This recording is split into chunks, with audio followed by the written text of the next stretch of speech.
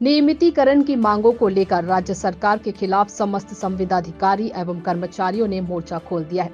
वहीं अंबेडकर अस्पताल के एडवांस कार्डियक इंस्टीट्यूट संविदा कर्मचारियों ने भी नियमितीकरण की मांग की है। 2018 के विधानसभा चुनाव में वर्तमान सत्तारूढ़ दल ने सरकार बनते ही संविदा कर्मचारियों के नियमितीकरण का वादा किया था। इस संबंध में शासन द्वारा 2019 में कमेटी भी गठित की गई थी। विधानसभा सहित कई मंचों पर मुख्यमंत्री द्वारा भी नियमितीकरण की मंशा प्रकट की जाती रही है, लेकिन आज 4 वर्ष बीत जाने के बाद भी सरकार द्वारा किसी प्रकार की ठोस घोषणा संविदा कर्मचारियों के नियमितीकरण के संबंध में नहीं की गई और न ही इस बाबत गठित कमेटी की रिपोर्ट सार्वजनिक की गई है।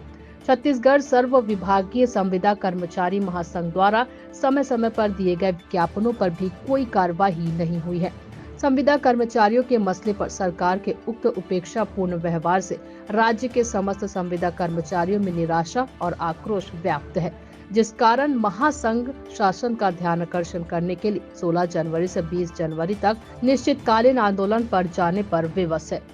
बोलो भारत माता की जय, जय छत्तीसगढ़, जय छत्तीसगढ़, जय एसीआई, जय एसीआई। आज हम सर्व विभागीय संविदा कर्मचारी बैनर के तले काली पट्टी लगाकर हम उसके हड़ताल का समर्थन करते हैं।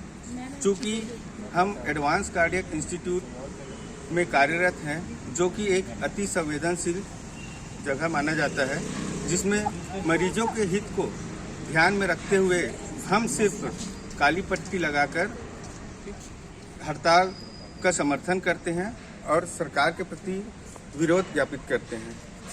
अगर सरकार हमारी इस मंशा में हमको नियमितीकरण का लाभ नहीं देता है, तो हम पूर्ण रूप से हड़ताल में जाने के लिए तैयार हैं। बोलो भारत माता की जय, भारत माता की जय।